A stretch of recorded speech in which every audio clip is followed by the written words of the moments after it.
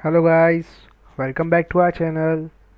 As George welcomes you all will be very fine. Okay, today is a very special topic. That is, we will be starting the explanations on our also on our chapter. We will have different books explanations. First, we have begin with the SS. Then we will go to the English, Science, Maths. We will be helping all the students who are needed for this explanations. Okay, so don't so we will continue with the chapter. Okay, so India is a country of a rich cultural heritage. Oh, very wow, very good. It includes materialistic genetical heritage. A child inherits a physical and the mental characteristics from the parents by the birth is known as genetic inheritance. अब India के पास total दो type के heritage है. अब ये heritage मतलब क्या? Heritage मतलब वो चीज़ें जो हमें प्रिजर्व करके रखनी है, मतलब वो चीज़ें जो हमें गिफ्ट में मिली है या जो भी अद्भुत चीज़ें जैसे बोलते हैं. तो हमारे पास दो टाइप के हेरिटेज है, एक मटीरियलिस्टिक हेरिटेज और दूसरा है जेनेटिकल हेरिटेज. तो मटीरियलिस्टिक हेरिटेज क्या और जेनेटिक हेरिटेज क्या? अब आपके मन में यार ये कैसा सवाल है, बोले जेनेटिकल क्या मटीरियलिस्टिक का. तो अभी एक मिनट में आपको दोनों चीज़ के बारे में पता चल जाएगा. तो जेनेटिकल हेरिटेज मतलब ये वो हेरिटेज जो हम अपने पेरेंट्स से लेके आते हैं. जैसे कुछ लोग होते हैं, कुछ चिल्ड्रन होते हैं जो बिल्कुल अपने पापा जैसे दिखते हैं, बिल्कुल अपनी मम्मी जैसे दिखते हैं. तो वो कुछ काम भी अपने पापा मम्मी जैसे करते हैं, वो थोड़ी उनके पापा मम्मी जैसे कैरेक्टरिस्टिक्स डेवलप करते हैं. फिजिकली मतलब बॉडी से भी और मेंटली मतलब दिमाग से भी. बोले बिजनेसमैन का बेटा है भाई, इसके लिए इतना शातिर है. अच्छा, तो वो सब जो कैरेक्टरिस्टिक्स है, वो सब जो हेरिटेंस है, वो सब जो हेरिटेज है, तो वो उसे जेनेटिकली आई, मतलब उसके पेरेंट्स से उसमें ट्रांसफर हुई है. ठीक है. फिर क्या लिखा है? Whereas house, land, estates like properties obtained from our ancestors is called material heritage. अगर मेरे दादा अगर शाहजहां होते और मैं आज भी जिंदा हूँ तो वो ताजमहल उसका मालिक मैं हुआ. रेड फोर्ट का भी मालिक मैं हुआ क्योंकि वो भी मुस्लिम्स ने बनाया था. फिर अगर तुम्हारे दादा या दादी या तुम्हारे चाचा चाची काका काकी, अगर तुम कोई भी तुम्हारे नाम पे कुछ भी हाउस, लैंड या आजकल के ज़माने तो व्हीकल्स भी इतने सारे हैं, एरोप्लेन भी मैं कह सकता हूँ, बिल्कुल कोई बात नहीं. तो वो सब चीज़ें या लैंड रख सकते हैं या कोई भी प्रॉपर्टी अगर वो तुम्हारे नाम पे रखी जाते हैं तो वो एक मटीरियलिस्टिक हेरिटेज हुआ कि उसके तुम लोग मालिक हो, ये आज से तुम्हारी है. Similarly, man obtains or creates with his intellect and skill is generally called a cultural heritage. अब इंसान को देखो, आपको दो चीज़ें चाहिए होती है. एक जो कलाएं हैं, तो वो कलाएं आपको जेनेटिकल हेरिटेज से मिली. फिर दूसरा आपको पैसे वैसे चाहिए होते हैं, तो वो आपको अपने आपके जो मटेरियलिस्टिक हेरिटेज में मिले. अब ये मटीरियलिस्टिक इनहेरिटेंस और जो जेनेटिक इनहेरिटेंस, ये दोनों को मिला के जो इंसान जो नई प्रोडक्ट बनाता है ना, जैसे समझो अगर मैं इस दुनिया में आया तो मुझे अपने पापा की थोड़ी बहुत कैरेक्टरिस्टिक्स और थोड़ी बहुत बुद्धि मिल गई और थोड़ी बहुत नॉलेज मिल गई, और उसके बाद मुझे अपने चाचा दादा या काका के नाम की थोड़ी बहुत प्रॉपर्टी मिल गई या पापा की थोड़ी प्रॉपर्टी मिल गई. अब उसको दोनों को यूज़ करके उनसे भी थोड़ा अच्छा डेवलपमेंट करना, उनसे भी कुछ अच्छी चीज़ें बनाना, ये सब चीज़ों को बोलते हैं कल्चर हेरिटेज. अब जैसे हमारे ये शाहजहां आए थे, तो शाहजहां के भी पहले बहुत सारे किंग थे जो शाहजहां के लिए कुछ ना कुछ छोड़ के गए थे, पर उनके पास ऐसी नॉलेज नहीं थी, इतना कैरेक्टरिस्टिक नहीं था, इतना डेवलपमेंट करने का उनके पास बुद्धि नहीं था. पर शाहजहां ने कर दिखाया ना. तो वैसा ही कुछ डेवलपमेंट अगर आप करते हो और फिर वो हेरिटेज बन जाता है, तो उसको बोलते हैं कल्चरल हेरिटेज. फिर भी आपको कुछ नया पता है कल्चर हेरिटेज के बारे में तो आप मुझे ज़रूर बता सकते हो. और मुझे ऐसा नहीं कि मैं बताऊं और वो सब बहुत अच्छा ही अच्छा होगा. मुझे सीखने में कोई कोई आपत्ति नहीं है. आप अगर सिखाना चाहते हो तो आप मुझे सिखा भी सकते हो. ठीक है. In the same manner tradition, customs, rituals and special types of lifestyle adapted our ancestors is also known as our cultural heritage. अब ये सर आप बहुत अच्छा पढ़ रहे हो, बहुत अच्छा मज़ा भी आ रहा है, पर अब थोड़े थोड़े जगह पे मैं अटक रहा हूँ, मतलब आपको समझ में नहीं आ रहा होगा, तो वो मैं आपको बता दूँ। अब जैसे मेरे दादा थे, ठीक है, दादा के भी दादा थे, तो उन्होंने रोज़ भगवान को पूजा किया, पापा मम्मी की पूजा की, और फिर वही चीज़ मेरे दादा करने लगे, और उनके पुत्र मतलब मेरे पिताजी वो भी वही काम करने लगे, और मैं भी वही काम कर रहा हूँ। तो ये एक हमारे एंसेस्टर्स जो लाइफस्टाइल, जो कस्टम्स, जो ट्रेडिशंस, भाई देखो सब साथ फेरे लेना, तो आज तक हम साथ फेरे ही लेते आ रहे हैं। भाई देखो रोज सुबह उठ के पूजा करना बेटा, तो अभी भी हम कर रहे हैं। तो ये सब हमारे कल्चरल हेरिटेज है, ये हमारे एंसेस्टर ने हमको दिया है, और बिल्कुल हमारी जिम्मेदारी आती है कि भाई हम सब चीज़ों को अच्छे से, बिल्कुल बेहतरीन से, किसी को भी कुछ भी नुकसान करे बिना हम उसको प्रोटेक्ट करके रखें, और उसको और भी अच्छे से डेवलप करें, ताकि और जो हमारी जनरेशन, जो आगे वाली जनरेशन आएगी, उसे और भी हमारे जो हेरिटेज है, मतलब हमारी जो रिचुअल्स है, हमारी ट्रेडिशंस है, उसमें उसको और भी दिलचस्पी लगे। ऐसा नहीं कि भाई कर ली डेस्टिनेशन वेडिंग, पत गया ख़त्म काम, नहीं, कुछ अच्छा करो तो सब तुमको याद करेंगे। In addition, other matters like education, farming, trade, rules and regulations for daily life, festivals, entertainments, art and handicraft, beliefs and skills are also included in the cultural heritage. बहुत सारा तेज तेज पढ़ लिया, नहीं कुछ भी तेज नहीं पढ़ा, सब आपको पता चला। मुझे पता चला है कि सब बच्चों को बहुत मज़ा आ रही है पढ़ने में, बिल्कुल आएगी क्यों नहीं, हम पढ़ाते ही ऐसा है। तो हाँ, अब हमारे टॉपिक पे आ जाते हैं कि भाई क्या क्या टॉपिक है सर। अच्छा, कल्चरल हेरिटेज में सिर्फ ऐसा नहीं आता है कि भाई पूजा पाठ की, शादी की, पत गया, नहीं, और भी बहुत सारी चीज़ें आती है। कैसे कि भाई मेरे दादा देखो वो है ना पहले खेती करने से पहले है ना नारियल फोड़ते थे और ज़मीन को पानी पिलाते थे, तो हम भी ऐसे करेंगे। बिल्कुल सही बात है बेटा, जो तुम्हारे एंसेस्टर तुम्हारा सिखा के गए हैं उसमें कोई भी आपत्ति नहीं है कि तुम अपने एंसेस्टर वाली चीज़ों को दोहराओ, नहीं, वो तुम्हें कुछ भी गलत नहीं सिखा के गए हैं। मैं अपने हम लोग जैसे हम लोग हैं, हमारे एंसेस्टर ने हमें माँ बाप के पैर छूना सिखाया है, क्या बताओ उसमें कुछ भी गलत है? बिल्कुल कुछ चीज़ गलत नहीं है। जो हमें ट्रेड सिखाया, जो देखो हमारे जो किंग थे, किंग के ज़माने में, राजाओं के सामने, बाबर के ज़माने से हम ट्रेड करते आ रहे हैं, उन्होंने हमें सिखाया, मतलब उनकी सारी जो अच्छी चीज़ें हैं, बहुत अच्छी चीज़ें हैं, उसे सब हम ले रहे हैं, तो बुरी चीज़ों को भी अच्छे से हम यूज़ कर सकते हैं ना। उन्होंने जो गलत चीज़ें की उनको हम अच्छे से फिर वापस से यूज़ कर सकते हैं ना, कि भाई उन्होंने अगर ये सब चीज़ें बुरी की तो बोले इसमें क्या बुरा था, तो वो बुरे को सुधार के हम अच्छे से यूज़ कर सकते हैं। जैसे दिवाली, तो 100 साल पहले भी मेरे दादाजी वैसे ही दिवाली मनाते, आज भी हम ऐसे ही दिवाली मनाते। हाँ, ये है कि पहले दादाजी को दिमाग था, भले वो कितने भी पढ़े लिखे नहीं थे, कि भाई देखो बेटा पॉल्यूशन नहीं करना है, पर क्या कर सकते हैं, हम में से कुछ लोग हैं जो ज़्यादा ही बुद्धिमान है, और जिसे पॉल्यूशन करे बिना पता ही नहीं चलता, और दिवाली नहीं मनाई जा सकती उसकी।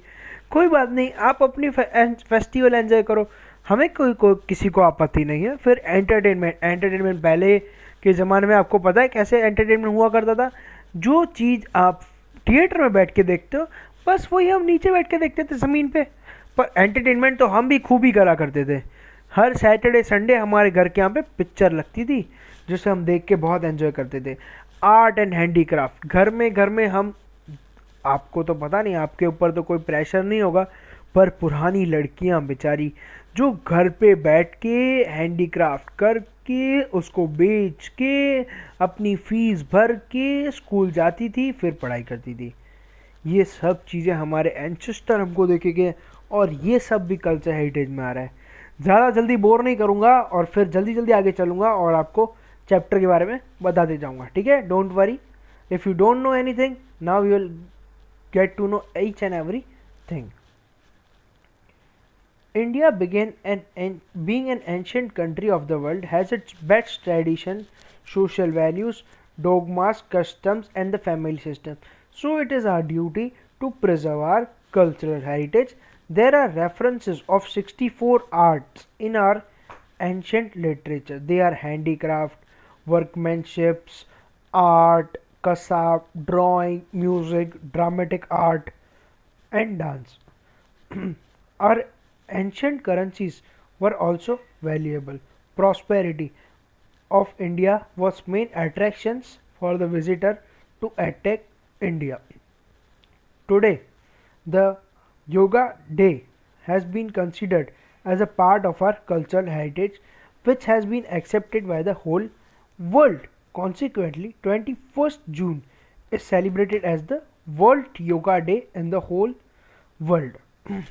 बहुत ज़्यादा कुछ नहीं पढ़ा, बस जो पढ़ा वो आपको बताएंगे, और कुछ भी नहीं पता चले तो ज़रूर आप मुझे नीचे मिलिए कमेंट बॉक्स में, ठीक है। तो हमारे पास थोड़ी और भी चीज़ें हैं भाई, हमारे पास फैमिली के कस्टम्स हैं और डोगमा है। डोगमा एक टाइप के रूल्स ही है, रूल्स एंड रेगुलेशंस ही है जो हमें फॉलो करने पड़ते हैं। सोशल वैल्यूज़ है, और ये सब चीज़ें हमारे पास जो एंशेंट, हमारे पास बेस्ट ट्रेडिशन है एकदम, पूरी दुनिया का सबसे बेहतरीन ट्रेडिशंस हमारे इंडिया में, सबसे बेहतरीन वंडर हमारे इंडिया में, सबसे बेहतरीन चीज़ें हमें हमारे इंडिया में मिलती है।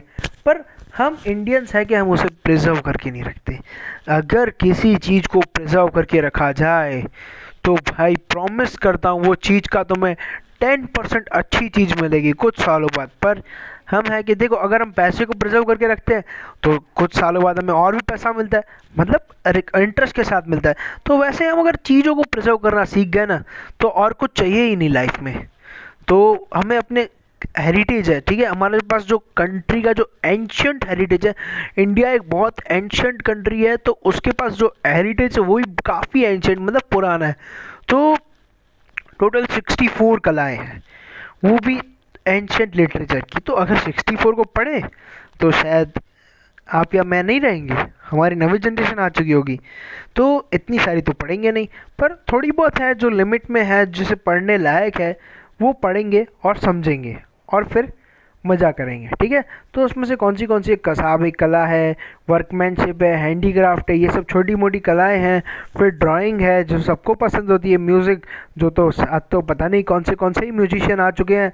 फिर ड्रामेटिक आर्ट है, और डांस में तो आप सब माहिर ही होंगे। तो ये सब कलाएँ हैं हमारे पास। फिर करेंसी भी हमारी बहुत वैल्यूएबल हुआ करती थी। कहाँ इंडिया का 1 रुपया इक्वल्स टू यूएस का 1 रुपीज़। पर कोई बात नहीं, कोई बात नहीं, आज भले ही वो आगे चले गया है पर हम अपनी मेहनत कभी नहीं छोड़ेंगे।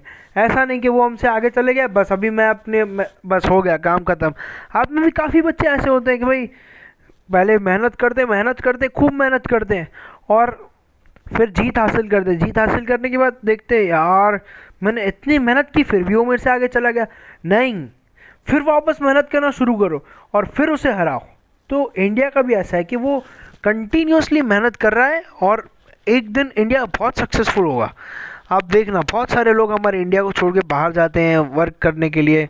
ऐसा कुछ नहीं, हमारी करेंसी भी एक दिन आएगी और उसकी वैल्यू सब करेंसी से भी ज़्यादा होगी, आप सब देखना।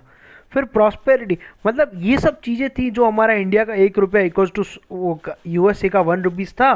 तो ये सब चीज़ें, फिर हमारे पास इतने अच्छे अच्छे किले थे, हमारे पास इतना पैसा था, और ये पैसे को देख के जो ही विजिटर्स हम पे मतलब क्या बोलते हैं लट्टू हो जाते, जैसे खूबसूरत लड़की को, मतलब मजाक कर रहा हूँ, ऐसे सच मत मान लेना। जैसे खूबसूरत लड़की को आप लोग कैसे देख के आकर्षित हो जाते हो, खूबसूरत लड़की तो क्या ही बोलूँ, अभी तो तुम्हारी उम्र नहीं है, पर किसी का कोई अच्छा फ़ोन देख के या किसी की अच्छी कार देख के तुम कैसे अट्रैक्ट हो जाते हो, वैसे ही हमारी इंडिया की प्रॉस्पेरिटी देख के पूरी दुनिया, क्या ही विजिटर्स, क्या ही प्रॉस्पर हो गए थे। भाई लूटना है तो ऐसे चीज़ को लूटना है, चोरी करनी है तो मतलब तुम लोग मत करना, चोरी करनी है तो ऐसी गाड़ी उठाने की एक ही दिन में अमीर।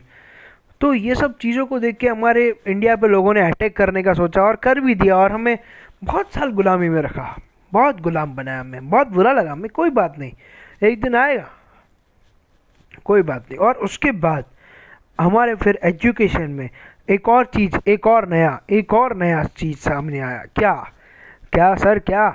योगा डे। योगा मतलब जो योगासन, जिससे तुम्हारा मन और तन शांत रहता है।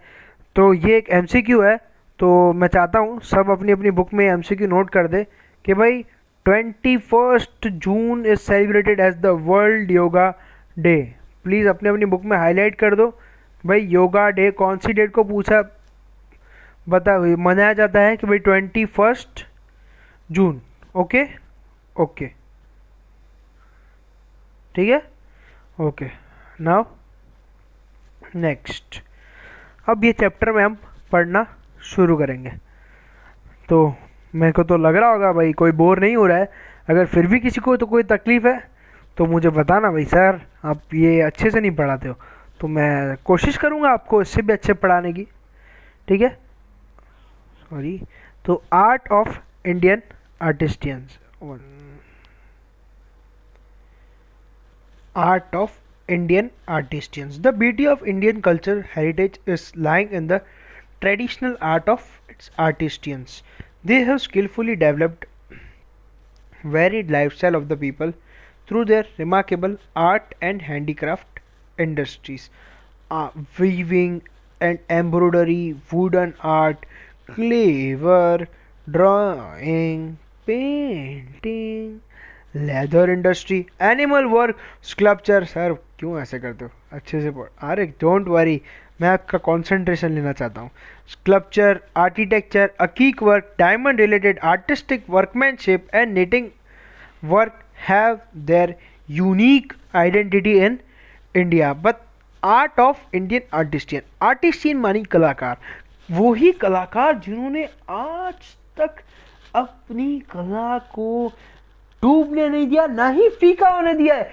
एक भी कला हमारे इंडिया में से बाहर गई है, पर उसकी जो चमक है, जो इंडिया में जो चमक थी, आज भी तुम्हें वही चमक मिलेगी।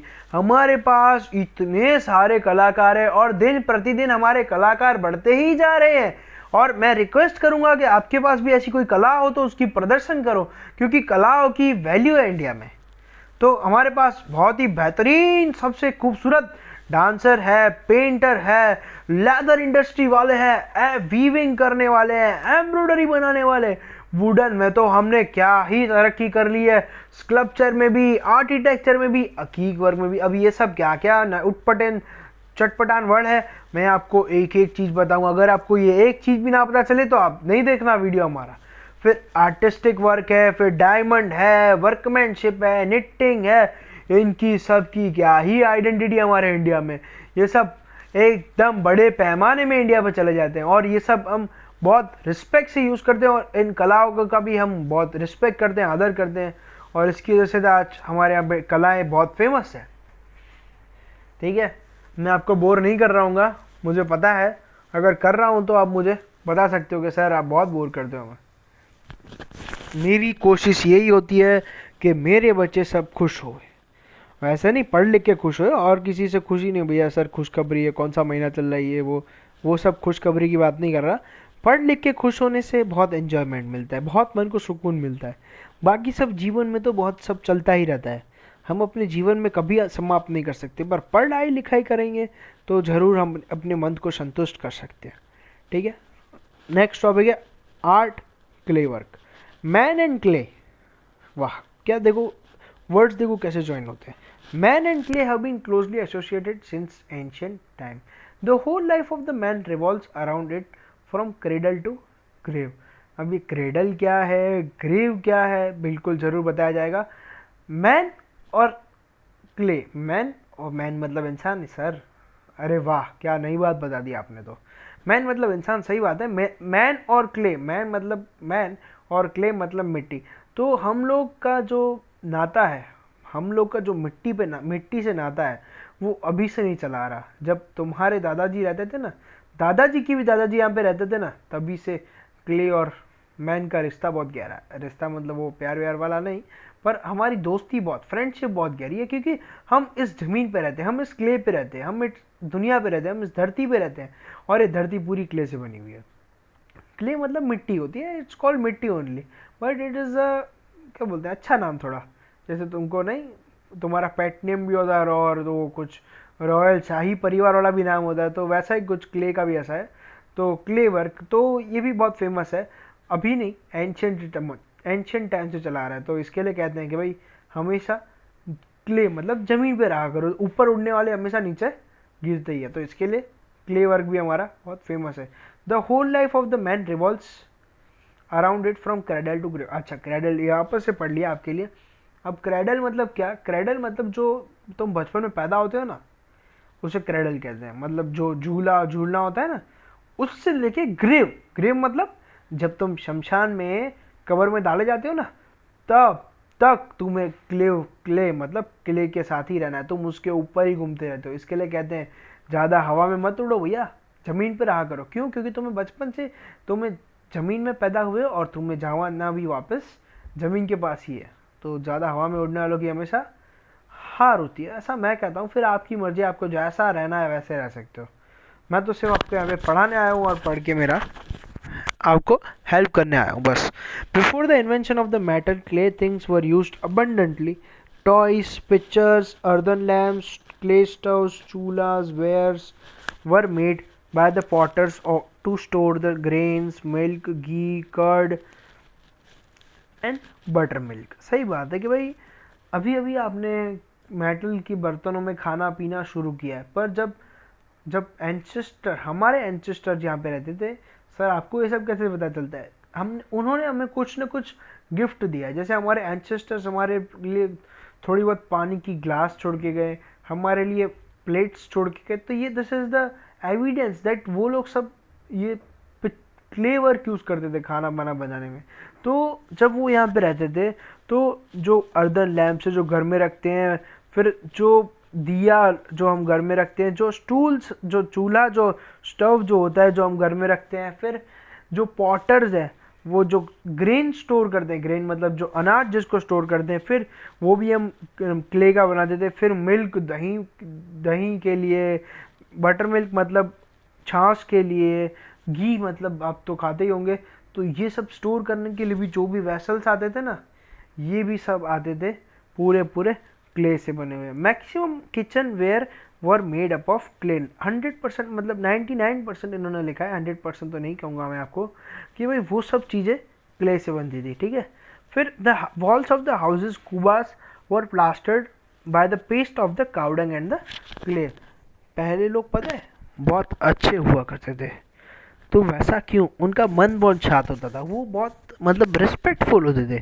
तो ये सब इसके लिए हुआ करता था कि भाई जो हमारा घर है, जो घर की जो वॉल्स है, अभी तो तुम सब प्लास्टर लगा दो और प्लास्टर गर्म होता है तो इंसान भी अंदर गरम गरम होते हैं और उसका दिमाग भी बहुत गरम गरम रहता है।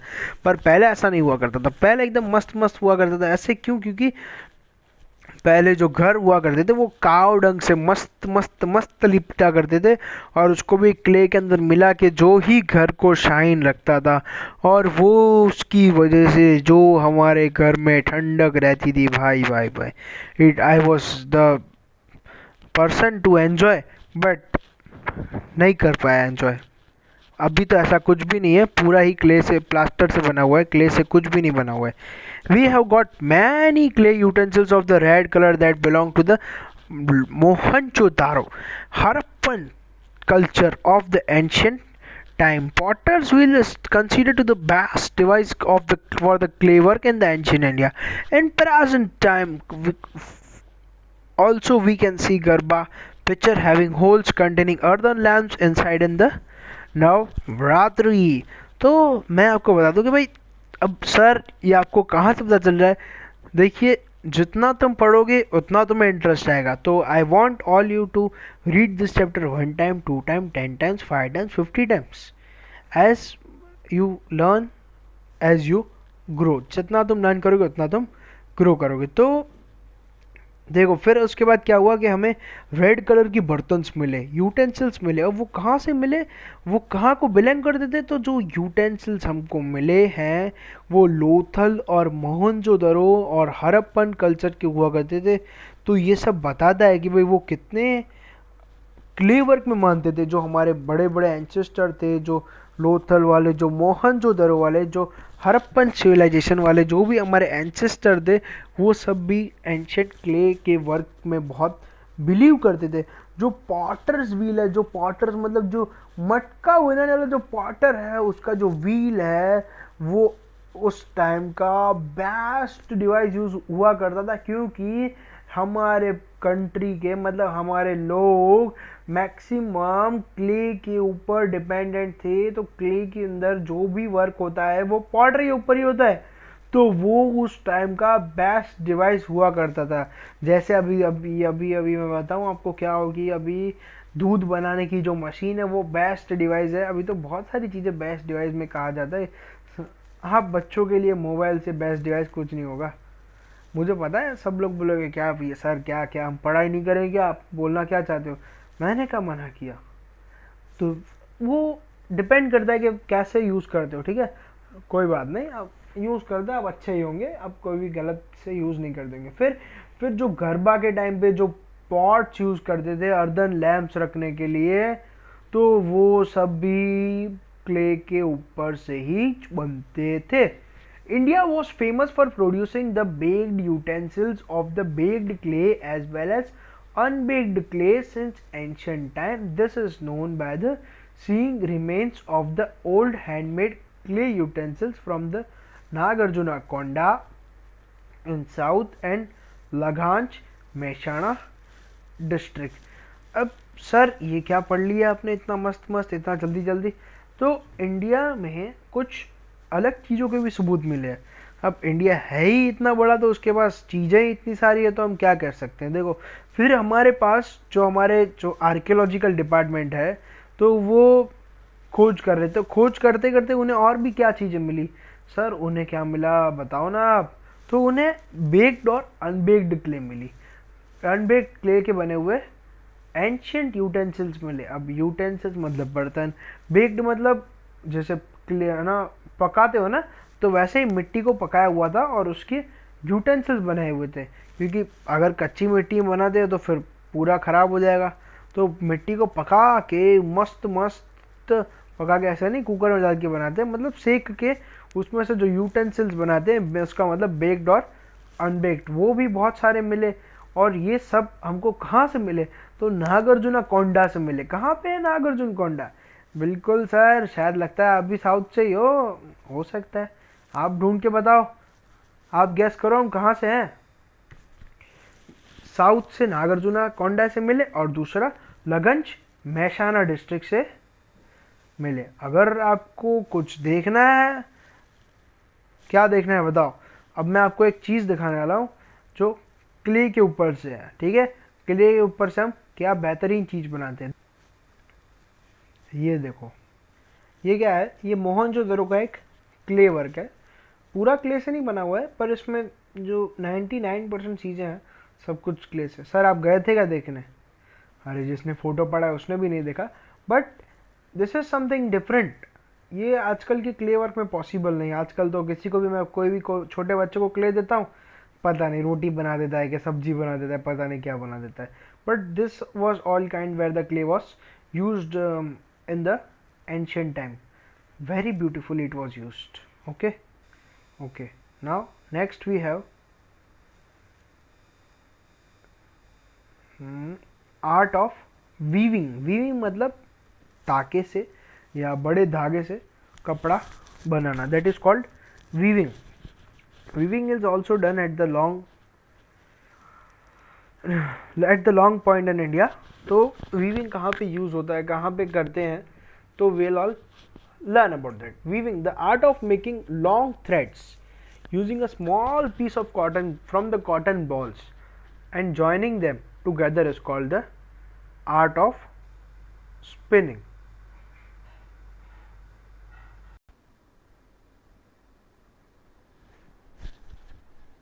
We all know that Gandhiji has given its special importance as a cottage industry and joined it with the Swadeshi to make us self-reliant under the banner of the freedom movement, which has created the new history. Sir ये क्या पढ़ा आपने? कुछ खबर नहीं पड़ी? हाँ ज़रूर पढ़ेगी, आपको बताता हूँ कि भाई वीविंग क्या है। तो वीविंग एक मतलब एक बड़ा कॉटन बॉल होता है, तो उसमें लंबी लंबी लंबी थ्रेड निकालना, थ्रेड्स के बाद उसको स्पिन करना और उससे फिर कपड़े बनाना। अब ये यहाँ पे कौन लाया, कैसे लाया, that we all know. But Gandhi ji मतलब हमारे फादर ऑफ द नेशंस, तो उन्होंने जब यहाँ पे फॉरेन के जो कपड़े बॉयकॉट किए थे, मतलब उनका क्या मानना था कि भाई wear the dress made by you, मतलब 100% अपने आप पे डिपेंडेंट रहो, मतलब always depend on yourself only, ना कि दूसरों पे डिपेंडेंट रहो कुछ भी चीज़ों के लिए।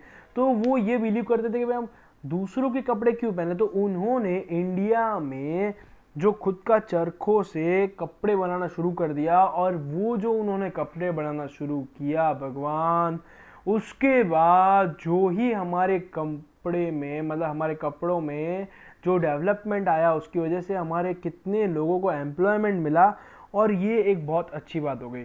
तो ये आज भी इंडिया में बहुत चलता है कि भाई स्पिनिंग की वजह से हम बहुत सारे कपड़े बनाते हैं, और आज इंडिया में सबसे बड़ी टेक्सटाइल मिल भी इंडिया में है, और सबसे ज़्यादा कॉटन एक्सपोर्ट करने वाला कंट्री भी, मतलब भले दूसरा कोई कंट्री होगा पर सबसे ज़्यादा कपड़े बनाने वाला कंट्री हमारा one and only one India है। फिर हैंड वीविंग, तो ये सब जो थोड़ी बहुत चीज़ें होती हैं, थोड़ी मशीन में होती है, थोड़ी हाथ से भी की जाती है। तो हैंड वीविंग कौन सी है, तो हैंड वीविंग मतलब हाथ से कपड़ों को सिलना। Hand weaving since ancient time India is known for its textile know how, मतलब इंडिया तो अपने टेक्सटाइल के लिए फेमस है ही।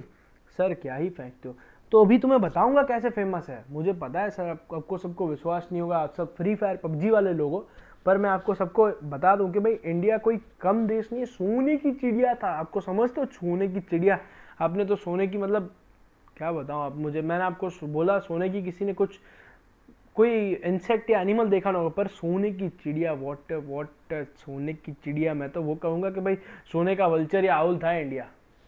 ठीक है, चिड़िया तो बहुत छोटी होती है तो वो तो बोलने की बात है, पर वैसा कुछ था। It is well known has that the whole piece of the cloth of a particular size ताका of fine muslin or dhaka could easily pass through the ring and could be adjusted in the matchbox. Moreover, carpet of the several regions, knitting, work on the athletes, and artistry, etc., occupied a prominent place amongst the Patola of Patan, Kanjivaram, and the Banarasi saris, Bandhani of Rajasthan are the unique identity of the India. आपको थोड़ी बात चीज़ों पे मेरे विश्वास नहीं हुआ sir, आप कुछ भी बोल रहे हो, हिस्ट्री है तो ऐसा नहीं कि कुछ भी बोलना, पर मैं आपको एक सच बता दूं कि हमारे पास बहुत सारी ऐसी अभी भी कलाएं हैं, ऐसी ऐसी चीज़ें हैं। देखो आपको विश्वास नहीं होगा, आप जो रिंग, मतलब आप तो नहीं पहनते होंगे, आपके जो पेरेंट्स जो रिंग पहनते हैं उसमें से कोई कपड़ा कैसे पास हो सकता है। अगर आपको ट्राई करना है तो आपके पास जो भी आपने शर्ट या टी शर्ट पहनी है उसके अंदर से पास करने की कोशिश करो, it will be very hard to pass. But हमारे पास ऐसा मुस्लिम का कपड़ा था, ऐसे कपड़े थे जो एक मैच बॉक्स के अंदर फिट हो सकते थे, और वही कपड़ा एक रिंग के अंदर से पास हो सकता था। अनबिलीवेबल चीज थी हमारे पास, अनबिलीवेबल चीज, और आज भी है, पर वो उसका जो कॉस्ट है वो बढ़ चुका है। बस अवेलेबल तो हमारे पास आज भी सब कुछ अवेलेबल है, पर थोड़ी बहुत कॉस्टिंग बढ़ चुकी है, और तो कुछ नहीं बोल सकता। फिर जो जो हमारे कांजीवरम है, पट्टन की पटोला है, बनारसी साड़ी है, राजस्थान की बांधनी साड़ी है, ये सर बहुत फेमस हो चुकी है। ये साड़ी मतलब क्या है, जो बता दूं, जो लेडीज़ पहनती है ओकेशंस पे पहनती है, कुछ लेडीज़ फ्रीक्वेंटली ये टाइप की साड़ियाँ पहनती है। हमारे फैमिली में तो सब साड़ीज पहनते हैं डेली, और मुझे बहुत पसंद है सबको साड़ीज, बहुत अच्छी लगती है साड़ीज में देखना सबको। They look very beautiful, 100% more they look beautiful in the saris, because this is the traditional dress of India. मतलब ऐसा तो नहीं है, पर फिर भी they look very beautiful in the saris. फिर during the golden period, the golden period of Solanki area, Gujarat had progressed in the field during the regime of Sudra Jaisin. Many artisans and weavers came and settled in the Patan. The Patolas of Patan became the world famous due to their skills. The art of this Patan is more than 850 years old. Only a handful of artisans have the skill of such a complicated and time consuming art. The silk ware beavered ict produced in Patan is called Patola of Patan. Ict means the weaving. This type of sari is designed in such a manner that it can be worn on either side. This type of Patola variety has good durability. good durability and its original colors remains intact. This is the same interference, same reference. पड़ी पटोड़े भात फाटे बन फीटे नहीं. The design laid down in patola shall never fade, even if the cloth may be torn. क्या ही बात कही है, क्या ही बात कही है, क्या ही बात कही है भाई. क्या नाम है भाई? ड्यूरिंग द रीजन, मतलब जब सिद्धराज जयसिंह का जब यहाँ पे रूल चल रहा था, मतलब जब सिद्धराज जयसिंह यहाँ पे रूल कर रहे थे, तब यहाँ पे एक कम्युनिटी आई. कौन सी कम्युनिटी आई? पाटन में एक कम्युनिटी आई जो यहाँ पे रुक गए. और यहाँ पे रुकने के बाद उन्होंने जो पाटन में जो पटोला बनाई, जो साड़ी बनाई, जो साड़ी बनाई वो करीबन 850 साल पुरानी है. 1-2 साल की बात नहीं कर रहा, 850 वर्ष, 100 साल भी नहीं, पूरे 850 साल पुरानी हमारे पास ये जो पाटन का पटोला आर्ट है. तो ये इतना ही फेमस है हमारे पास, और वो आज भी इतना ही फेमस है. बहुत कम आर्टिस्टियंस हैं, ऐसे लोग हैं जिनको आज भी ये साड़ी बनाने आती है. मतलब एक हैंडफुल, मतलब समझो एक मुट्ठी भर के लोग हैं जिनको आज भी एक ये आर्ट और ये कला आती है. ऐसा क्यों है सर, ऐसा क्यों है? Why this so? सबको ये क्यों नहीं आता? क्योंकि ये जो चीज़ें हैं ये सब बहुत टाइम कंज्यूमिंग है, और टाइम कंज्यूमिंग चीज़ें तो इंडिया में लोगों को पहले से ही नहीं पसंद है. यहाँ पे गाड़ी चालू रख के आते हैं और बोलते हैं जल्दी दो मुझे लेट तो थे, मतलब मेरे को लेट हो रहा है. भाई ऐसा क्यों? मेरा टाइम कंज्यूम, मेरा बहुत टाइम वेस्ट हो रहा है. फिर भले बाहर जाके 10 मिनट किसी के साथ गप्पे शप्पे लगा रहेगा, पर इंडिया में तो बहुत ही बिजी लोग हैं, तो सब चीज़ हमें जो भी टाइम कंज्यूमिंग चीज़ें हमें नहीं पसंद होती है. तो वैसे ही इसके लिए ये बहुत टाइम कंज्यूमिंग आर्ट है, इसके लिए बहुत कम लोगों ने इसको वापस से एक्सेप्ट किया है. और इसकी जो ड्यूरेबिलिटी है, इसकी जो क्वालिटी है, oh my God what A quality. इस साड़ी को आप दोनों साइड पहन सकते हो, आपको यकीन नहीं हो रहा. अभी तो आप जूते भी ऊंधे सीधे नहीं पहन सकते, सॉक्स भी ऊंधे सीधे नहीं पहन सकते, पर ये साड़ी को दोनों साइड पहन सकते हैं. इसकी वजह इतनी स्पेशलिटी है. और जो साड़ी बनाता है वो क्या बोलता है कि भाई कपड़ा फट जाए, कपड़ा मतलब जो आपने साड़ी पहनी है वो फट जाए, ऐसे कभी नहीं फटती, वो फट जाए, पर पाटन के पटोला का कलर निकल जाए ना भैया, तो हमें कह देना.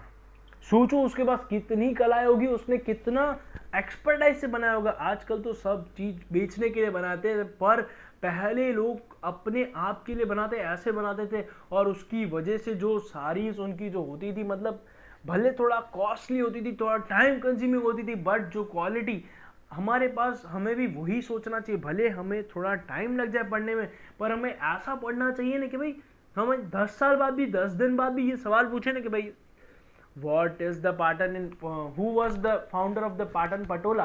कि भाई सिद्धराज जयसिंह के टाइम पे, ये भी एक एमसीक्यू है, मैं आपको बता दूं कि भाई ये भी एक एमसीक्यू है कि भाई पाटन का पटोला किसके टाइम पे फेमस हुआ. कि भाई सिद्धराज जयसिंह के टाइम पे, during the region of Siddharaj Jaysen. यहाँ पे बहुत सारे व्यूवर्स हैं. पाटन का पटोला कितने साल पुराना है? तो मोर देन 850 ईयर्स ओल्ड है. फिर कितने लोगों को पता है? बहुत खाली हैंडफुल ऑफ आर्टिस्टियंस को ये कला आती है. फिर ये जो पड़ी पटोड़े भात फाटे नहीं, इसका मीनिंग क्या है? तो ये सब को भी आपको आना चाहिए. तो this is very very important thing. और ये बहुत कलाकारी वाली चीज़ें हैं, और ऐसी चीज़ें बहुत कम मिलती हैं हमें यहाँ पे. ठीक है, चलें आगे. चलें कि पाटन का पटोला देखना चाहोगे? जरूर. आप नहीं देखना चाहोगे, पर हाँ आपको जरूर दिखाना चाहेंगे. Just see the price of that Patan का पटोला. ओहो क्या ही ब्यूटीफुल, क्या ही खूबसूरत. हम साड़ी की बात करें, वो जो रानी दिख रही है उसकी बात नहीं कर रहे हैं प्लीज़. खाली वो साड़ी ही देखना कितनी ब्यूटीफुल है. ओहो देखिए तो सही, क्या ही है, क्या ही ब्यूटीफुल है, क्या ही ब्यूटीफुल है. और प्राइस भी देख रहे हो, वेरी चीप, ओनली 2,20,000. इतने तो मेरे पूरे साल के कपड़े नहीं होते बेटा. देख रहे हो तुम? डोंट वरी, हम लोगों को तो पहननी नहीं है. ठीक है, पर बहुत ब्यूटीफुल होती है. ठीक है, understood. Now we'll go to the art of embroidery. Embroidery ये भी बहुत कलाकार वाली चीज़ है, ये भी बहुत कम लोगों ने सुना है इसके बारे में। Art of embroidery, the work of embroidery can be seen on the clothes of the idols and the statues which were found during the excavation of the Harappan and the Mohenjo-daro. The art of weaving on the clothes of man and woman, children is very famous from the ancient time.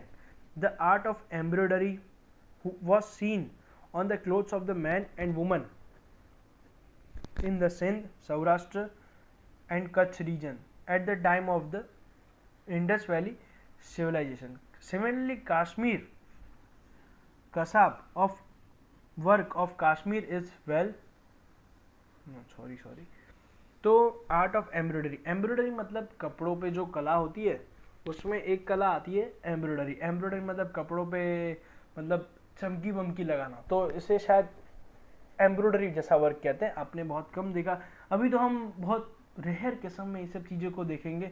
अभी तो भी हमें ये सब चीज़ें दिख रही है, पर कुछ साल के बाद, कुछ लिमिट के बाद हम ये सब चीज़ों को भूल जाएंगे। क्यों? क्योंकि हमारे पास टाइम नहीं। अभी सब प्रिंटेड टी शर्ट्स पहनते हैं, 10-15 रुपये में प्रिंट हो जाती है, बस टी शर्ट पहन लिया, बात ख़त्म। अब सबको कपड़े पहनने के लिए पहनते, पहले सब कपड़ों को एंजॉय करते थे, सब अपने फेस्टिवल्स पे, सीजन्स पे कपड़ों को एंजॉय करके पहनते थे, तो उससे उनको पहनने में मज़ा आता था और आर्टिस्टियंस को कपड़े बनाने में भी मज़ा आता था। पर ऐसा भी बचा ही नहीं है। कभी आप मंदिर में गए हो? मुझे पता है सभी रोज़ मंदिर में जाते हैं, पर मंदिर में जाके कभी तुमने जो स्टैचूज़ होते हैं उनके कभी क्लोथ्स को देखा है? नहीं देखा होगा, बोलो ज़रूर नहीं देखा होगा। तो उनके जो क्लोथ्स होते हैं उसमें आप ज़रूर ऑब्जर्व करना कि भाई वो क्लोथ्स कैसे बनते हैं। तो वो क्लोथ्स के अंदर जो जो वर्क हुआ है, जो वो वर्क हुआ है उसे एम्ब्रॉयडरी कहते हैं, उस वर्क को कहते हैं एम्ब्रॉयडरी। अभी तो बहुत कम दिखता है, पर पहले तो बहुत। अभी हमने जब जन्माष्टमी बनाई थी, तो हमने जब कृष्ण भगवान को कपड़े पहनाए थे, तो उनके भी क्लोथ्स में हमने बहुत बेहतरीन एम्ब्रॉयडरी की थी। तो वो एम्ब्रॉयडरी की थी, क्यों एम्ब्रॉयडरी की थी? क्योंकि ये पूरे हमारे हैंडमेड क्लोथ्स हुआ करते थे। तो भगवान को भी तो अच्छे अच्छे कपड़े पहनाना है ना, वो तो प्रिंटेड टी शर्ट पहनेंगे नहीं, लेविस पेपीज तो उन्हें पता भी नहीं है, तो उन्हें हम एम्ब्रॉयडरी हैंडमेड क्लोथ्स पहनाया करते थे भगवान को। फिर जो वुमेन्स होते थे, जो चिल्ड्रन होते थे पहले के ज़माने में, अभी तो बहुत कम, बहुत कम। सर क्या ही बैंड बजा रहे हो हमारी, नहीं हम सही कह रहे हैं, अभी तो बहुत ऐसे सब कम हो चुका है कि भाई अपने क्लोथ्स में एम्ब्रॉयडरी ये सब कराना। तो पहले के ज़माने में जो बच्चे होते थे, चिल्ड्रन होते थे, वुमेन होते थे, दे उनके जो कपड़े होते थे उनके पे तो उनकी एम्ब्रॉयडरी से पता चल जाता था कि भाई कितने पैसे वाला है, कितना अमीर है, कितना गरीब है, सब उनके सिर्फ एम्ब्रॉयडरी के ऊपर से पता चल जाता था। जो ज़्यादा पैसे वाला है वो फुल एम्ब्रॉयडरी वाले क्लोथ्स पहनता था, जो कम पैसे वाला है वो थोड़े धीरे धीरे लिमिटेड लाइट एम्ब्रॉयडरी वाले क्लोथ्स पहनता था। एम्ब्रॉयडरी वाले क्लोथ्स सब पहनते थे because they were looking so great. अगर कोई चीज़ अच्छी लगती है तो हम तो उसे ज़रूर ट्राई करेंगे ना, क्यों नहीं कहते हो? तो जो थोड़े सिंध के लोग थे, सिंध जो अभी हमारा पाकिस्तान के पास है, तो वहाँ के लोग थे, वहाँ के जो लोग थे तो वो एम्ब्रॉयडरी वाले क्लोथ्स पहनते थे। फिर सौराष्ट्र, सौराष्ट्र मतलब गुजरात के अंदर सौराष्ट्र आता है, उसके लोग। फिर कच्छ के लोग, कच्छ भी हमारे गुजरात में ही आता है। कश्मीर के भी लोग थोड़े वो सब चीज़ों को बिलीव करते थे। ये सब हमारे जो कच्छ वच्छ के लोग हैं, ये सब इंडस वैली सिविलाइजेशन वाले लोग हैं, मतलब हमारे यहाँ के जो रीति रिवाजों को मारने वाले लोग हैं। तो ये सब भी एम्ब्रॉयडरी इनको भी बहुत पसंद हुआ करती थी, ठीक है। फिर apart from the embroidery, Bandhani of Jamnagar, Jetpur, Bhuj, Mandvi of Gujarat are popular. The tradition of Bandhani, with all its luster and due to its beautiful designs, elephant, puppet, dyes and picture, is very popular today. Cottage industry was taken over by the women of Kutch and Saurashtra region of Gujarat. The traditional art of embroidery, torans, चकड़ा, pillow cover, bedsheet, शख, तोड़लिया, clothes and like kedia is well known even today. Embroidery work is also carried out on a quilt with the and shawls with the different designs. Embroidery work of Jat community of Bani area of Kutch is unique in itself. पहले MCQ क्या famous है, कौन सा famous है वो मैं तुमको पहले बताऊं कि भाई देखो, पहले एमसीक्यू मैं तुम्हें फर्स्ट लाइन से बताऊं ना, तो देखो पहले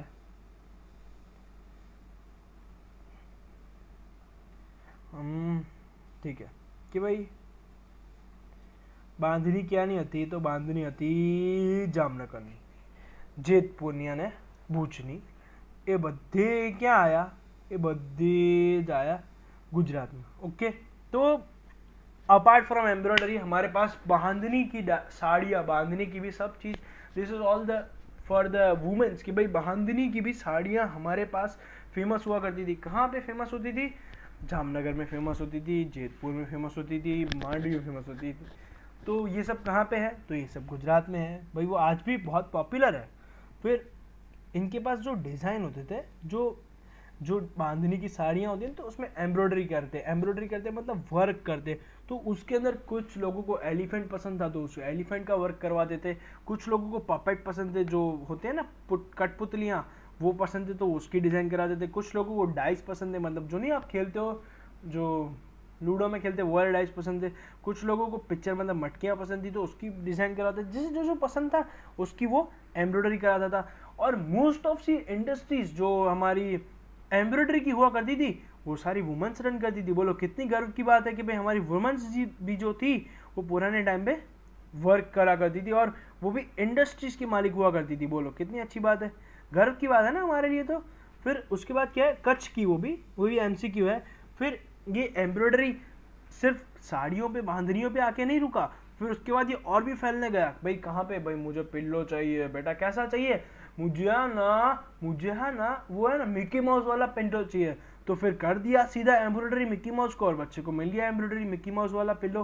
फिर बेड शीट्स पे भी, फिर क्लोथ्स पे भी. फिर जो आजकल जो गरबे आने वाले, बहुत रिसेंटली थोड़े दिनों में गरबे भी आने वाले, तो उसमें भी जो कपड़े पहनेंगे ना, तो वो सब भी पूरे एम्ब्रॉयडरी किए होंगे. और एम्ब्रॉयडरी वर्क, क्विल्ट मतलब जो राजा ये लोग पहनते थे, वो वाली जो हाथ में पहनते थे वो वाला. फिर शॉल्स जो आपकी मम्मियाँ पहनती है ठंडी के मौसम में, तो उस पर भी जो वर्क करते थे ना, तो वो भी पूरा एम्ब्रॉयडरी वर्क आता था. मुझे तो बहुत सारा पसंद है एम्ब्रॉयडरी, और इसकी वजह से मैं हर साल अपने मतलब बर्थडे पे अपने फेस की एम्ब्रॉयडरी करवाता हूँ. सर क्या ही फेंकते हो? ज़रूर आपको, मैं आपको दिखाऊंगा भी कि मैं कैसी एम्ब्रॉयडरी कराता हूँ अपने शर्ट्स के ऊपर. और आज भी एम्ब्रॉयडरी वर्क फेमस है, पर कहाँ का फेमस है? जट कम्युनिटी का फेमस है. कहाँ की है वो जट कम्युनिटी? कच्छ की है. कहाँ की है भैया? कच्छ की है. अब आप सब कह रहे होंगे अपने अपने मन में, सर आपने अभी तक एम्ब्रॉयडरी वर्क नहीं दिखाया. तो बिल्कुल आपके सामने पेश हो रहा है एम्ब्रॉयडरी वर्क. क्या ही पसंद है ना ये आंटी को एम्ब्रॉयडरी वर्क. देखो पूरी साड़ी में एम्ब्रॉयडरी वर्क करा है, पूरा क्लोथ्स, फ्लावर्स और फ्लावर्स. पूरी जो फ्लावर्स आपको दिख रहे हैं ना, ये सारे फ्लावर्स पूरे हैंडमेड है. आपको कैसे पता सर? ये पूरे एम्ब्रॉयडरी वर्क में आते हैं, इसके लिए ये सब हैंडमेड है. ये ऐसा नहीं कि मशीन में डाला और अपने आप से फ्लावर बन के निकल गए. कैसा था हमारा एम्ब्रॉयडरी वर्क? अगर आपको और भी इमेजेस देखने हैं तो आपको मुझे हेल्प करनी पड़ेगी कमेंट करके और लाइक करके. Just do like and subscribe our channel leather industry. Leather मतलब चमड़े की इंडस्ट्री. सर हम क्या करें, आप क्या करोगे? It's not a question. ये लेदर इंडस्ट्री आपको कहाँ से मिली, कैसे आई? This is very important. तो लेदर इंडस्ट्री कहाँ से आई? तो जब हम पहले ज़माने में यहाँ पे रहते थे, तो हमारे पास बहुत सारे डेड एनिमल्स हुआ करते थे, तो उसे हम वेरियस पर्पसेस में यूज़ करते थे. तो कुछ डेड एनिमल्स की जो डेथ हो जाती थी, तो उसके बाद उनकी जो स्किन बचती थी उसे हम प्रोसेस्ड में बेचते थे, एक फैक्ट्री में बेचते थे. फैक्ट्री में बेचने के बाद उससे मास्क बनाते थे, मतलब जो पानी भरने के काम आता है वो वाली चीज़ बनाते थे. फिर कोस बनाते थे, फिर ड्रम. वाह वाह वाह, क्या सर क्या ही बजाते हो आप. फिर ढोलक, तबक तबक तबक तबक, सब एक जैसे ही बजते हैं, कुछ डिफरेंट नहीं होता. फिर तबला, टन, हाँ बस वो वाला ही तबला बोल के आप समझ गए ना. तो ये सब म्यूजिकल इंस्ट्रूमेंट भी सब कुछ हमारी लेदर इंडस्ट्री का गिफ्ट है हमको. अगर लेदर इंडस्ट्री नहीं होगी तो जो आपकी पैंट है ना वो भी उतर जाएगी। क्यों? क्योंकि उसको पकड़ने के लिए बेल्ट तो चाहिए ना, और वो बेल्ट है हमारी लेदर इंडस्ट्री की गिफ्ट है। और जो बिलूज है जो ब्लैक स्मिथ यूज करते हैं, ये भी लेदर इंडस्ट्री का गिफ्ट है हमें। और वेरियस टाइप के footwear, leather also, leather belts to tie the animal. सही बात है, घोड़ा को बांधने के लिए जो आप घोड़े के ऊपर शायद बैठे हो तो घोड़े की नाल भी लेदर इंडस्ट्री के लेदर से ही बनती है, ना कि आपके घर में बनती है। सर क्यों मजाक उड़ाते हो? ठीक है। Leather was also use to prepare the shield which was use during the wars. जो ढाल, जो ढलान जो हम यूज करते हैं मारा मारी के टाइम, था था जो बचते हैं हम, तो वो जो वॉर के लिए जो शील्ड यूज करते हैं ना, वो भी लेदर इंडस्ट्री के लेदर से ही बना होता है। Leather industry was a prominent place in India. बहुत अच्छी जगह थी लेदर इंडस्ट्री की भी इंडिया में, क्योंकि इंडिया है ही ऐसा जगह जहाँ पे सब लोगों को एक्सेप्ट कर लिया जाता है। ऐसा नहीं कि भाई तू काला है तू निकल यहाँ से, नहीं, तेरा वर्क अच्छा नहीं तू निकल, नहीं, ऐसा कुछ नहीं। यहाँ पे सब लोगों को अच्छे से एक्सेप्ट किया जाता है। Well knitted mojari of Rajasthan, shoes, leather knitted purses, belts and the other things made out of the leather for the horse like camel like साज, पलान, लगाम and whip were very much in use. इसमें से मेरा जो फेवरेट वन है वो mojari of Rajasthan. मेरी एक अच्छी विश है कि भाई मुझे राजस्थान की मोजड़ी पहननी है, and I will sure wear it. कि भाई वो mojari of Rajasthan very famous, very famous. मैं दूर नहीं रहता राजस्थान से, पास में ही रहता हूँ, पर ड्यू टू द टाइम पर मैं जरूर जाऊंगा वो मोजड़ी पहनने, और मैं आप सबको बताऊंगा कि भाई लेदर इंडस्ट्री की इतनी बेहतरीन, इतनी जोरदार गिफ्ट की देन है हमको लेदर इंडस्ट्री की। भाई क्या मोजड़ी ऑफ राजस्थान, फिर पर्सेस जो हमारी घर की मैडमा लगा के घूमती है ना, वो वाले पर्सेस, फिर बेल्ट जो आप कमर में पहनते हो लेडीज पहनती है, फिर और भी बहुत सारी चीज़ें हम बनाते हैं लेदर इंडस्ट्रीज में। और हॉर्सेस के लिए भी बहुत सारी चीज़ें जो उनके कैमल के लिए भी यूज़ करते हैं, और बहुत ही अन्य चीज़ें हम लेदर इंडस्ट्री से बनाते हैं। बहुत यूज़फुल है हमारी लेदर इंडस्ट्री भी। फिर diamond, Beed work and animal work. Diamond मतलब वही हीरा मोती, वही बोल रहा हूँ। हाँ सर वही पक्का, हाँ वही बिल्कुल वही। तो इंडिया है 7,517 kilometre long coast line. Very important MCQ भाई, इंडिया के पास 7,517 किलोमीटर की कोस्ट लाइन है। सर मिटा दिया यार, सर ऐसा मत करो ना यार। कि भाई क्या इंडिया के पास क्या है सर? इंडिया के पास क्या है? इंडिया के पास 7,517 किलोमीटर की कोस्ट लाइन है। कोस्ट लाइन का मतलब इंडिया के पास 7,517 किलोमीटर का दरिया कांटा है, और उसकी वजह से हमको बहुत सारी डायमंड्स मिलते हैं, और वो भी सिर्फ एक नहीं, तीन डायरेक्शन में, जहाँ पे साउथ भी आ गया, वेस्ट भी आ गया और ईस्ट भी आ गया, इंडियन ओशन भी आ गया, अरेबियन सी भी आ गया वहाँ पे। तो इसकी वजह से हमें रोज अन्य बहुत सारी चीज़ें देखने को मिलती है, बहुत सारे डायमंड्स देखने को मिलते हैं, जहाँ पे बहुत सारी, थोड़ी बहुत क्वांटिटी नहीं पर बहुत अधिकतर क्वांटिटी में ये सब अवेलेबल है, प्लेंटी क्वांटिटी में। There has been a wide use of the gems and the diamond since the ancient times. अभी से नहीं, जब मेरे दादा जिंदा थे ना, और उसके भी दादा, मतलब उनके भी दादा जब जिंदा थे ना, तब से ये सब डायमंड्स यूज हो रहा है। नहीं तब से नहीं, जब हमारे किंग्स लोग यहाँ पे रहा करते थे ना, तब से डायमंड यूज हो रहा है। Trade of the diamonds and beads was carried out through the sea routes with the different countries across the sea. मतलब हम सिर्फ डायमंड हमारे लिए यूज नहीं करते, पर हम दूसरी कंट्रीज के साथ भी डायमंड्स का ट्रेड करते हैं। अगर किसी को डायमंड चाहिए तो इंडिया से एक्सपोर्ट किया जाता है कि भाई किसी को भी डायमंड की जरूरत है तो ले जाना। और आपको पता है हमारा फेमस डायमंड वो किसके पास है? बताओ। अगर किसी को भी पता है तो कमेंट सेक्शन में जवाब जरूर दिया जाएगा कि भाई वो जो हमारा फेमस डायमंड है। अगर सही जवाब दिया तो उसे जरूर कुछ ना कुछ इनाम दिया जाएगा, उनका नाम बताया जाएगा हमारे चैनल पे। फिर उसके बाद क्या है? Across the countries, diamond-studded ornaments have been great in the demand in the foreign countries since long. The world-famous diamond like Kohinoor, oh नाम तो देखो कैसा हूर है, Kohinoor and Great Mughal were found only in India. As Indians are fond of diamond and beaded ornaments, variety is found in the great deal. Earlier, rich and royal people used to wear diamond jewelry apart from the gold jewelry। मतलब क्या क्या क्या ही बोलना चाहते हो sir? जो हमारे जो जो वर्ल्ड फेमस डायमंड है, जो कोहिनूर डायमंड है और जो ग्रेट मुगल डायमंड है, वो सिर्फ और सिर्फ इंडिया में फाउंड होता है। बोलो, सिर्फ इंडिया में। और इंडिया में एक और दो डायमंड और भी है। कौन कौन? एक आप और एक और मैं। अरे वाह सर, वाह वाह सर वाह, क्या ही बात कर दिया आपने। और इंडिया के जो लोग हैं वो सिर्फ गोल्ड सिल्वर ऑर्नामेंट्स के शौकीन नहीं है, इनको डायमंड बीटेड ऑर्नामेंट्स भी बहुत पसंद है। और ऐसा नहीं थोड़ी बहुत क्वांटिटी में, बहुत सारी क्वांटिटी में। हमें कुछ भी चीज़ बहुत सारी क्वांटिटी में पसंद होती है। और ये पहले के जो हमारे रिच पीपल हुआ करते थे वो पहना करते थे। और मैं आपको एक और फैक्ट बताना चाहूँगा, अगर आप सुनना चाहते हो तो चलो बता ही देता हूँ कि आज के जो टॉप 5 रिचेस्ट पर्सन भी जो लाइफ जी रहे हैं ना, उससे भी 100 गुना अच्छी लाइफ जिया करते थे हमारे जो किंग्स होते थे ना। ऐसा डायमंड यूज करते थे, ऐसी चीजें, ऐसी क्वालिटी यूज हुआ करते थे, क्योंकि सब अच्छी चीजें हुआ करती थी। अभी तो क्या ही आता है, क्या कहें, रिच कहते हैं। बोलो अपने आप को, क्या rich. Diamond, rubies, beads, emerald and topaz were used to add on and beautify the thrones and the crowns and jewelries like bracelet, garland of the kings. Beadwork is also found prominent in Gujarat.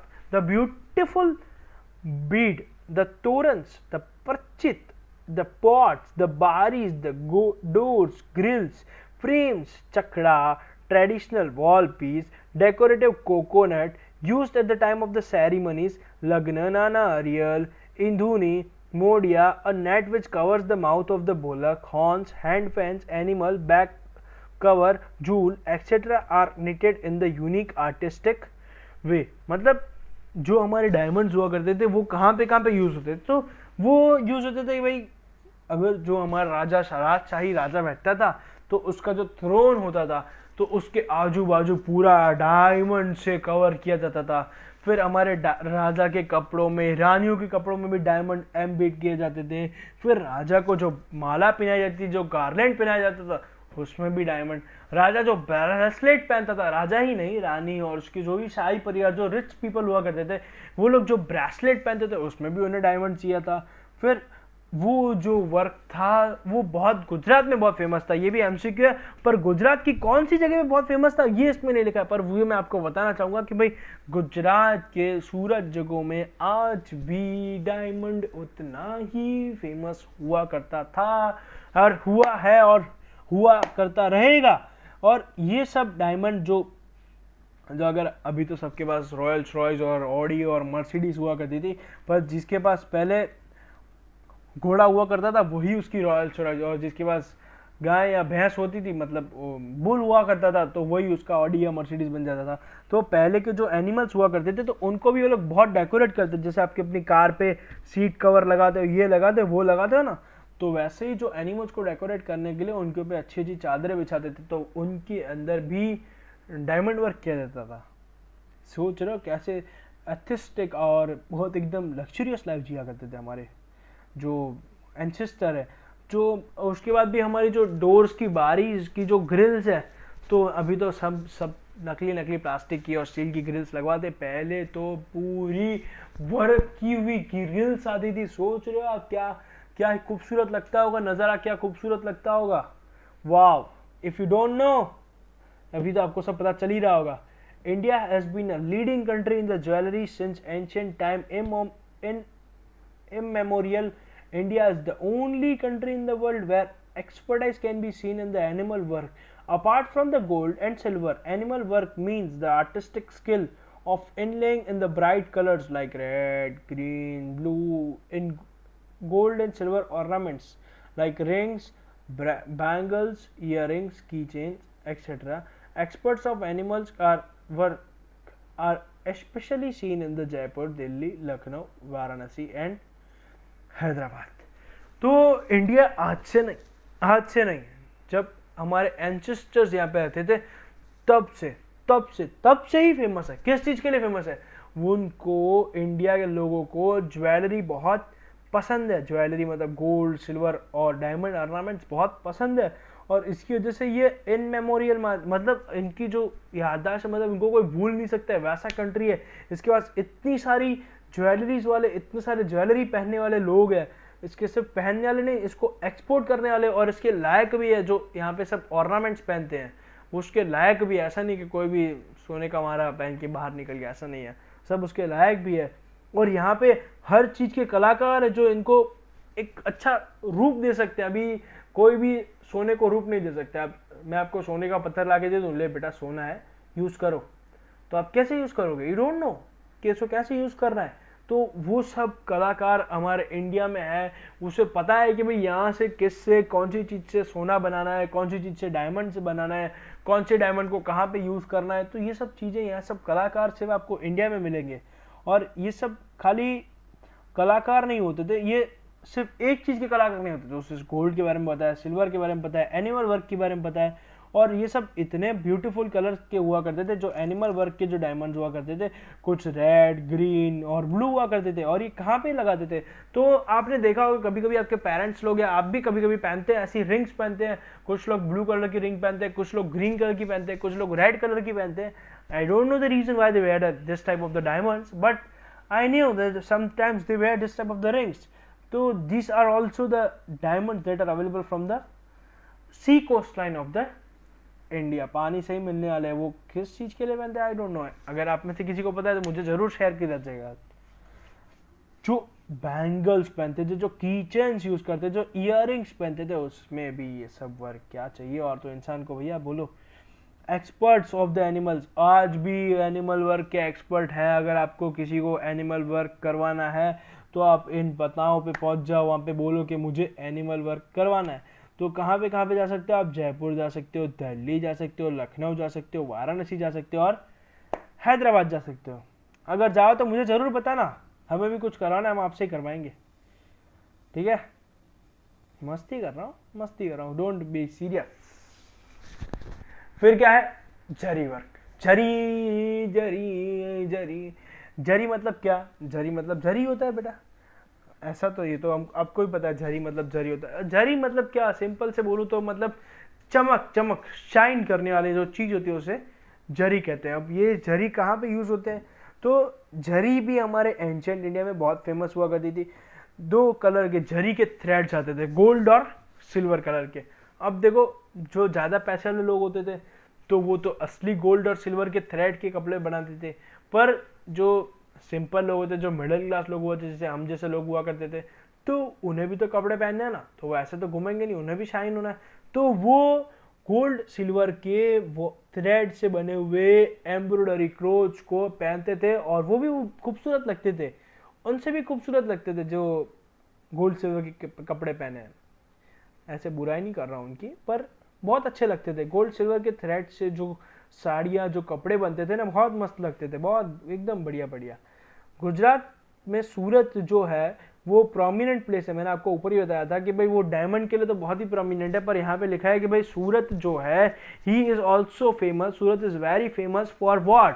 Surat is also very famous for the zari work. Surat में industries बहुत सारी है, ऐसा लग रहा है हमें, तो ज़रूर जाएंगे एक बार। फिर knitting of embroidery, zardozi work have a unique beauty. ये सब भी एक टाइप का जरी वर्क है। जरी वर्क के अंदर भी बहुत सारे टाइप आते हैं, भाई आपको कौन से टाइप का जरी वर्क कराना है, तो उसके ये भी एक बहुत ब्यूटीफुल वर्क है। फिर इवन आर्टिस्टियंस, मतलब जो कलाकार है of the Surat could make beautiful dresses like saris, पनीतार, घाघरा चोला bordered with the zari if needed. अगर आपको कुछ कलाकारियाँ करवानी है अपने कपड़ों में तो आप यहाँ पे बिल्कुल चले जा सकते हो। कहाँ पे जा सकते हैं सर? भाई सूरत जा सकते हो। सूरत जाके आप अपनी साड़ी पे, अपने घघरा चालों पे और घाघरा चोला पे और पानीतकर, मतलब जो पहनते हैं, जो ड्रेस जैसा पहनते हैं, उस पर भी अगर आपको झरी वाली बॉर्डर करवानी है तो आप जा सकते हो, अगर आपके पास समय है और आपको पसंद है तो। ठीक है, ठीक है। अभी है मेटल वर्क। मेटल मतलब क्या? लोहा, जो आपके सर में मारूंगा तो फूट जाएगा। नहीं सर, मत मानो सर, सर प्लीज़ सर, ऐसी बातें मत करो। हाँ भाई हाँ, बहुत अच्छा। तो मेटल वर्क मतलब लोहे का वर्क। तो मेटल वर्क भी हमारे यहाँ पे बहुत फेमस है। मेटल वर्क भी हमारे यहाँ पे बहुत फेमस है। अब वो कैसे फेमस है, कहाँ पे फेमस है, वो मैं बताता हूँ। मेटल से भी हमारे यहाँ पे बहुत सारी चीज़ें बनती है, वो आज से नहीं, सदियाँ काफ़ी नहीं, मतलब बहुत सारी सदियों से ये सब चीज़ें मेटल से भी हमारे इंडिया में बनते थे। तो एक एज आया जिसे बोलते थे मेटल एज, वो इंडिया में शुरू हुआ। अब वो कब शुरू हुआ, तो आफ्टर द मतलब जैसे ही हमारा जो क्ले का जो एज था, क्ले का जो टाइम पीरियड था वो ख़त्म हुआ, तो उसके बाद लोगों को कुछ तो नया दिखाना है ना, तो ये मेटल वर्क लिया। अब मेटल वर्क से ये लोग क्या करते थे, स्टार्टिंग में पहले तो इन्होंने सिर्फ वेपन्स बनाए। वेपन्स मतलब हथियार बनाए। किस चीज़ के हथियार बनाए भाई, जो सिकल है, जो ड्रिल मशीन्स है, जो मतलब खेती के लिए हथियार बनाए, खेती के लिए हथियार बनाए। फिर उसके बाद इन्होंने नीडल बनाई, फिर उसके बाद इन्होंने कॉपर और ब्रॉन्ज से बनाई सब चीज़ें। किससे बनाए, कॉपर और ब्रॉन्ज से। फिर उसके बाद इन्होंने क्या बनाया कि भाई, उसके बाद इन्होंने चालू किया बर्तन बनाना। फिर इन्होंने मेटल्स के बर्तन बनाए। फिर उन्होंने लोगों को बांटे, बताया भाई देखो ऐसे मेटल के बर्तन है, किसी को ऑर्डर देना है तो दे दो भाई, दे दो जल्दी, 10 के 4, ऐसा नहीं, ऐसे। फिर उसके बाद इन्होंने मेटल के बर्तन बनाए, मेटल की भगवान की मूर्तियाँ बनाई। फिर उसके बाद इन्होंने मेटल के मटके बनाए, और फिर बनाते ही गए। फिर आर्म्स ऑफ एम्यूनिशन, मतलब किसी को लड़ाई वड़ाई करनी है, हाँ करनी है तो अपने घर पे कर ले प्लीज़, तो उसके लिए भी जो तलवारें चाहिए, उसके लिए भी जो आर्म्स और एम्यूनिशन चाहिए, वो भी सब मेटल से बनता है। और फिर गोल्ड एंड सिल्वर, ये तो हमारे पीरियोडिक टेबल के दो एलिमेंट है, ये भी मेटल है। ऐसे तो सभी एलिमेंट है सर। ये गोल्ड एंड सिल्वर कौन सा मेटल है, इसके लिए बता रहा था। गोल्ड फॉर ऑरम, AU बोलते हैं, और AG फॉर सिल्वर, ये दोनों भी मेटल है पीरियोडिक टेबल के। अब ये पीरियोडिक टेबल कहाँ है, जो हमारी साइंस की एक्सप्लेनेशन आएगी, वीडियो आएगी, उसमें आप जरूर देख सकते हो पीरियोडिक टेबल क्या होता है, ठीक है, वहाँ पे आपको मैं बताऊँगा।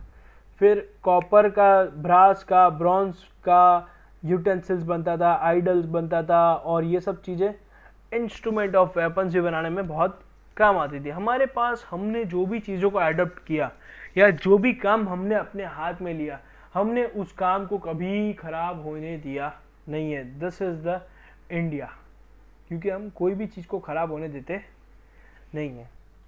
फिर उसके बाद क्या है, वुडन आर्ट। वुडन मतलब जो लकड़ी है, झाड़ है, फॉरेस्ट है, तो फॉरेस्ट हमें जो लकड़ियाँ देती है, वो लकड़ियाँ देती है, तो हम उसे वेस्ट तो नहीं कर सकते, तो हमें उसे कहीं ना कहीं तो यूज़ में लगाना है, तो उसका भी हमने एक आर्ट बना दिया, उसका नाम दिया वुडन आर्ट। तो mans, trees and forest are associated with each other. Same to same वाली लाइन हर बार चौटा सकते हो तुम लोग।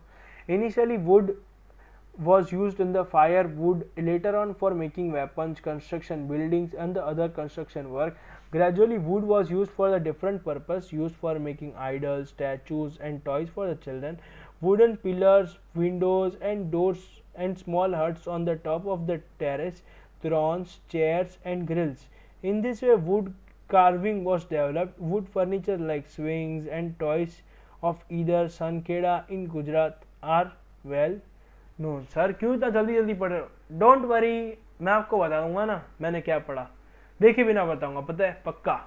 सर देख के बताओ, देखे बिना कैसे पता चलेगा। अरे डोंट वरी, आप विश्वास करो कि भाई हमारे पास जो है वो वुड जो था, पहले किसी को भी किसी चीज़ का भी यूज़ नहीं पता था।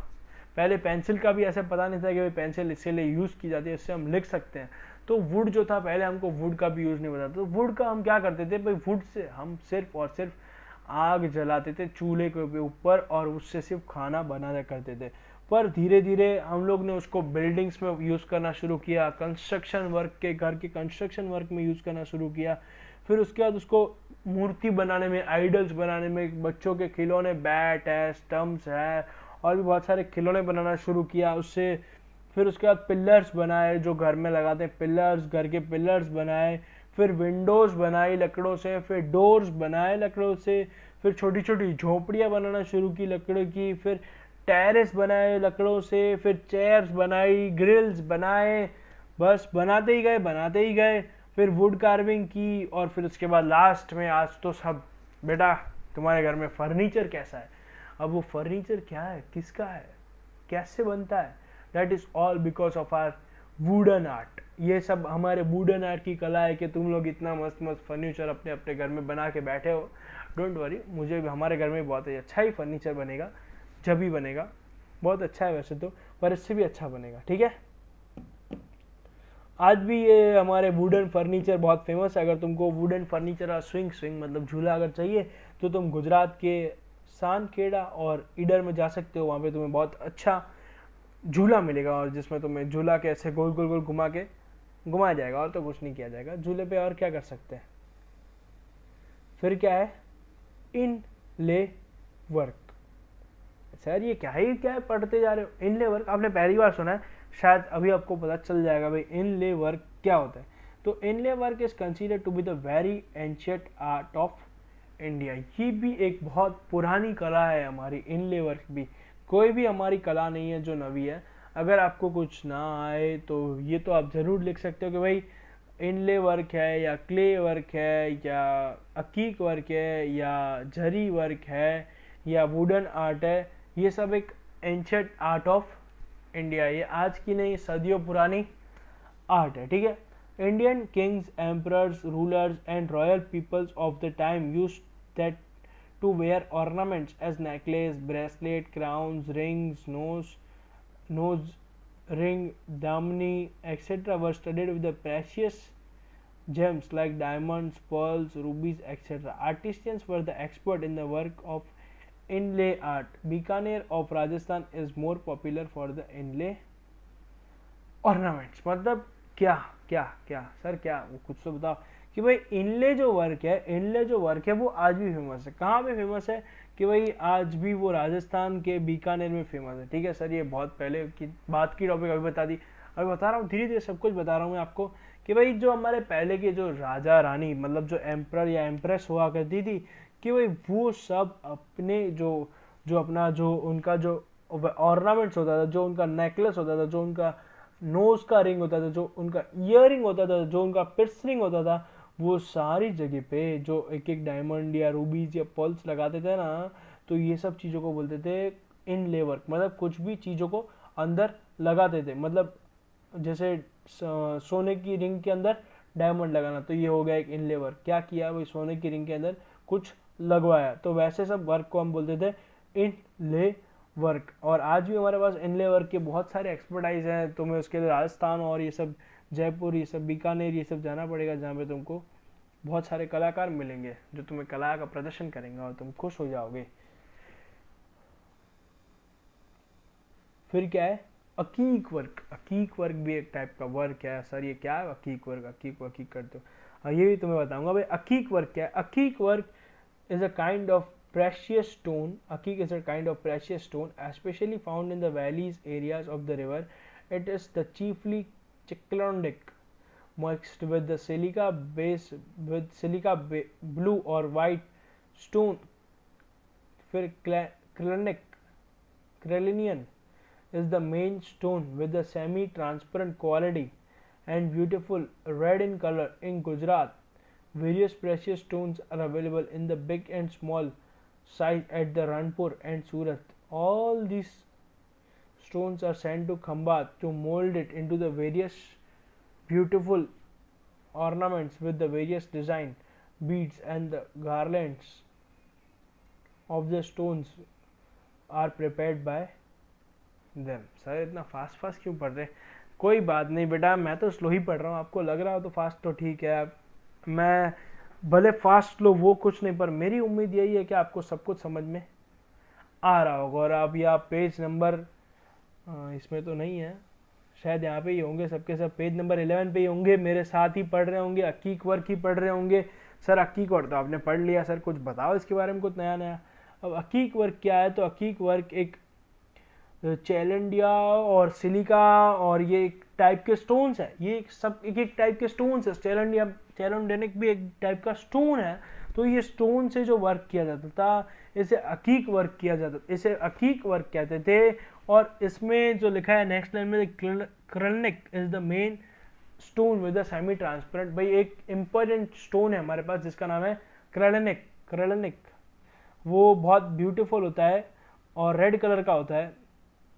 पर गुजरात में बहुत सारे छोटे बट्टे मतलब बड़े स्टोन्स अवेलेबल है, जिससे आप बहुत सारे, वो भी सूरत के अंदर, जिससे बहुत सारी कलाएं की जा सकती है, जिससे अकीक वर्क और भी ज़्यादा बढ़ाया जा सकता है। और जो हकीक वर्क के जो स्टोन्स मिलते थे खंबात भेजे जाते थे, क्योंकि जो स्टोन जो हमें मिलते हैं उसे डायरेक्टली हम यूज़ नहीं कर सकते हैं। अभी मैं आपको गोल्ड का पत्थर दे दूँ, ले बेटा ये गोल्ड का पत्थर है, यूज़ कर ले, तो आप क्या करोगे? आपको कुछ भी नहीं पता है। तो उसे मुझे पहले गोल्ड की फैक्ट्री में भेज के उसको मस्त शेप वेप दे के, जो सा शेप आपको पसंद है उस टाइप का बना के, और फिर उसको आपके पास लाया जाता है। तो वैसे हकीक वर्क के जो भी स्टोन मिलते हैं उसे पहले खंबात भेजा जाता है, उसे मोल्ड किया जाता है, फिर जो अच्छा होता है उसको अच्छा रखते हैं और जो वेस्ट होता है उसे निकालते हैं, तो उसे भी बेचा जाता है छोटे छोटे स्टोन्स में, जैसे फिश टैंक में सब में रखना है। और बहुत सारी जगह पे हकीक वर्क से गारलैंड्स में यूज़ होता है और बीड्स में यूज़ होता है और एक्सेट्रा एक्सेट्रा, बहुत सारी जगह पे हकीक वर्क यूज़ होता है। Painting my famous painter, Mr. Picasso. He is no more, but a very good painter, Mr. Picasso. Sir समझे तो बताओ, अरे हमें इतना बता दो तो हम तुम्हारी जगह पे ना हुआ करते थे। तो all of the arts of the painting is the foremost one. सब कलाओं में सबसे बड़ी कला पेंटिंग है। Painting is an art which can be expressed through the lines and the colors. The aim of this art is to express the emotions by imitating the animated and imitate objects of the nature through lines and the colors. सिर्फ colours और lines की मदद से painting बनाई जाती है और उसकी वजह से बहुत अच्छी अच्छी चीज़ें बनाई जा सकती है सिर्फ लाइंस की मदद से। और वो वैसी चीज़ें बनाते हैं जिसका कोई मोरल है, जिसकी कोई रिक्वायरमेंट है, और वो चीज़ों की वजह से तुम, वो सिर्फ ड्राइंग की वजह से वो चीज़ को तुम पहचान सकते हो, वो सिर्फ लाइनिंग्स की वजह से तुम उस चीज़ को पहचान सकते हो भाई क्या बनाया है। इतने कलाकार थे भाई, कुछ बताते नहीं थे पर सब कुछ बताए जाते थे अपनी पेंटिंग के ऊपर से। We have the evidence of the Indian art of painting from the remains of the 5,000 years old Harappa culture. Various models of the painting have been found out many times by the archaeological department during the excavation work. We have seen the traces of the pictures of the animals and the birds in the cave primitive of the man of the stone age at the Bhimbetka. People used to draw geometrical designs and the sketches. Elephant, rhinoceros, deer are the notable among them. Ajanta, Ellora are the incomparable specimen of such paintings. Drawings, the sketches of the swastik, picture Ganesha at the time of the festival and the celebration in the old tradition of India. Rangoli making is also very old tradition in some of the regions of India. I love my India. अब हम लोगों को ये कैसे पता चला कि भाई हमारी पेंटिंग 5,000 साल पुरानी है? तो हमारे पास, इंडिया के पास एक बहुत अच्छा, बहुत मस्त आर्कियोलॉजिकल डिपार्टमेंट है। तो वो आर्कियोलॉजिकल डिपार्टमेंट पूरे दिन हमारे लिए कुछ न कुछ नया खोजता रहता है। तो उस आर्कियोलॉजिकल डिपार्टमेंट ने हमें बताया कि भाई हमारे पास 5,000 साल पुरानी हड़प्पन सिविलाइजेशन की पेंटिंग पड़ी है, जिसकी बहुत खूबसूरत सा रंग निखर रहा है, अभी भी बहुत खूबसूरत सा रंग निखर रहा है। हमें उसके बाद थोड़ी बहुत एनिमल्स की, थोड़ी बहुत बर्ड्स की पेंटिंग मिली। और कहाँ पे मिली? भीमबटका पे मिली। फिर पीपल, वो लोग क्या करते थे, तो वो लोग एकदम जियोमेट्रिकल स्केचेस बनाते थे। फिर वो लोग एलिफेंट बनाते थे, डियर बनाते थे, राइनोसिस बनाते थे, फिर वन हॉर्न राइनो बनाते थे। फिर अजंता एलोरा की केव्स पे आज भी इनकम्पेरेबल, मतलब तुम सोच नहीं सकते हो, तुम बना नहीं सकते हो, तुम विश्वास नहीं कर सकते हो, वैसी वाली डिजाइन आज भी पापा मुझे, मतलब आज भी वो वाली डिजाइन प्रेजेंट है जिससे लोग बहुत प्रभावित होते हैं।